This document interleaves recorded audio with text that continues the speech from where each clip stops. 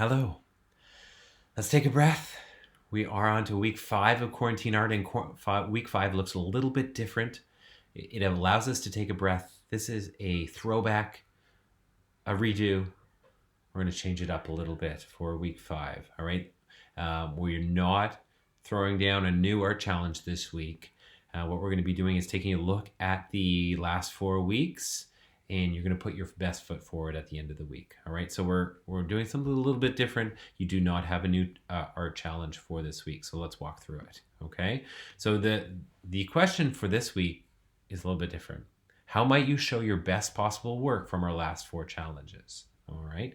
That means if we deconstruct that, right, showing, all right, hopefully you're getting into the habit of using Google Photos, understanding how that works, sharing the process work, getting into the habit and remembering to take work in progress photos, and you have Google photo albums for your challenges. All right. So the more evidence, the better. So if you've done brainstorming in your sketchbook, that you're taking good photos of your sketchbook, that you're taking photos of your work in progress, all that kind of stuff. Okay. The best possible, we're looking for the strongest possible. So maybe you killed it on brainstorming on week 2. Well, let's show me that. All right.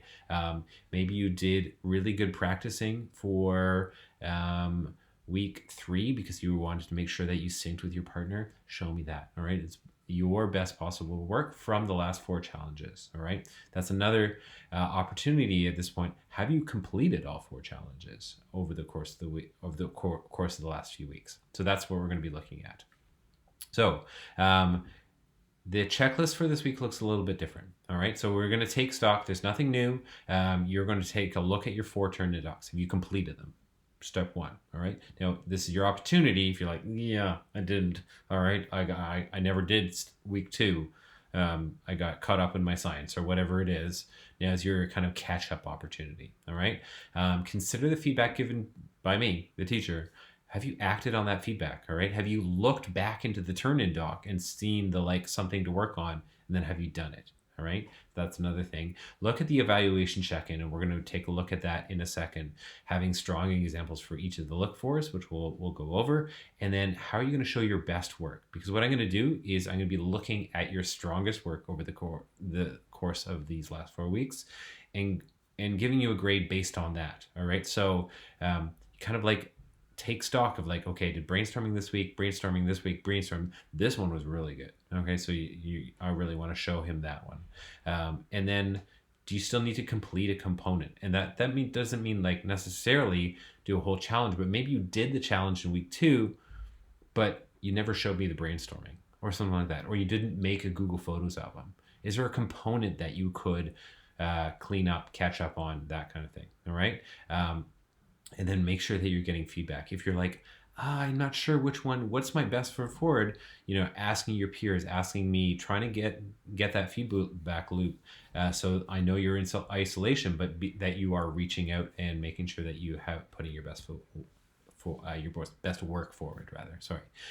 So these are the look fors that I'm going to be looking for. We're going to go through the turn-in doc, which is we are calling an evaluation check-in.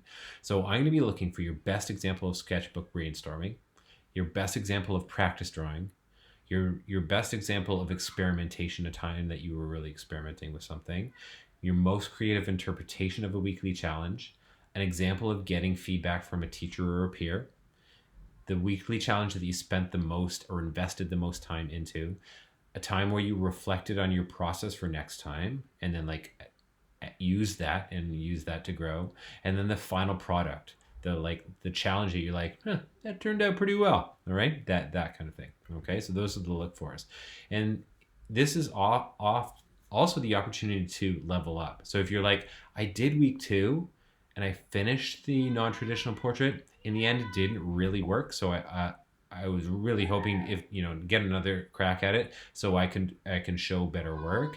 That could be adding more detail or imaginative elements, or adding shading, or adding setting, or something like that. Something to build on and show that you're really investing in working to get stronger and improve. Here's some photographic examples here in terms of composition as well. All right. The this week you're going to turn your work into the evaluation check-in, and you could use Google Plus to get feedback on wondering about which is your strongest final piece, or things like that. Okay.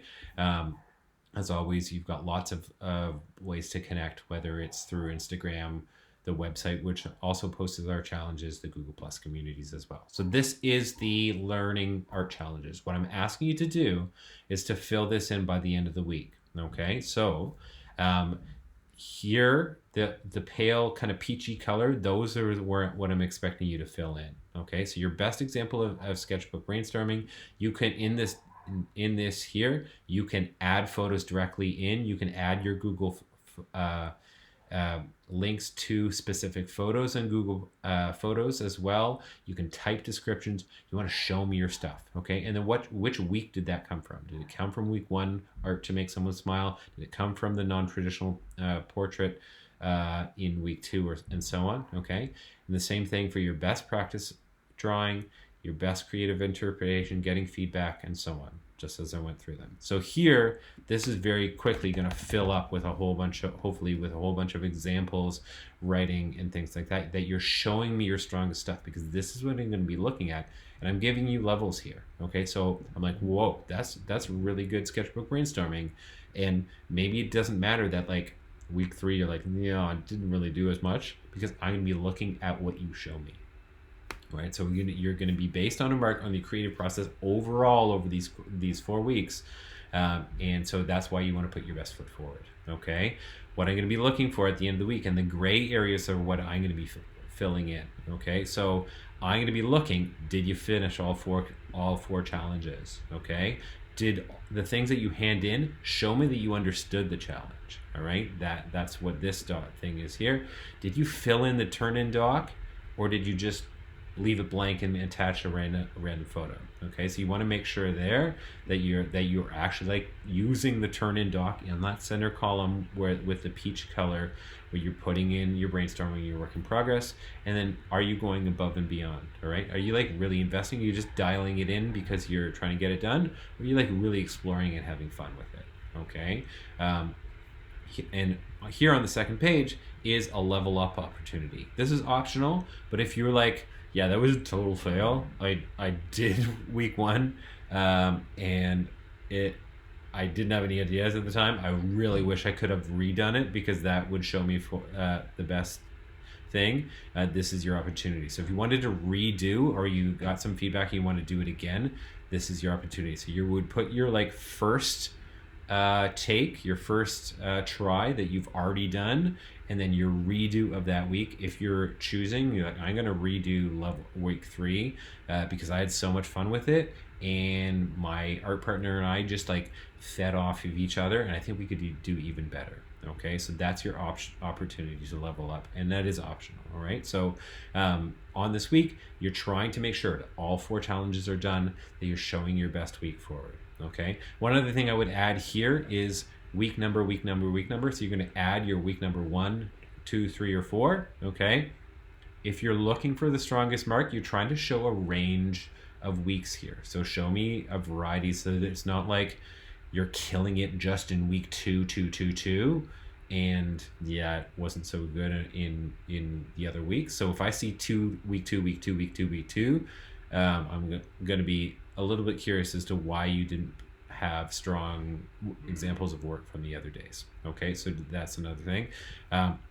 In terms of levels, I'm giving you a levels. It doesn't exactly look like a rubric, but the components are here. So if you're looking for level 4, I'm really looking for you to go above and beyond. All right, so that you've really invested in the process. Level 3 is you've done what is expected of you.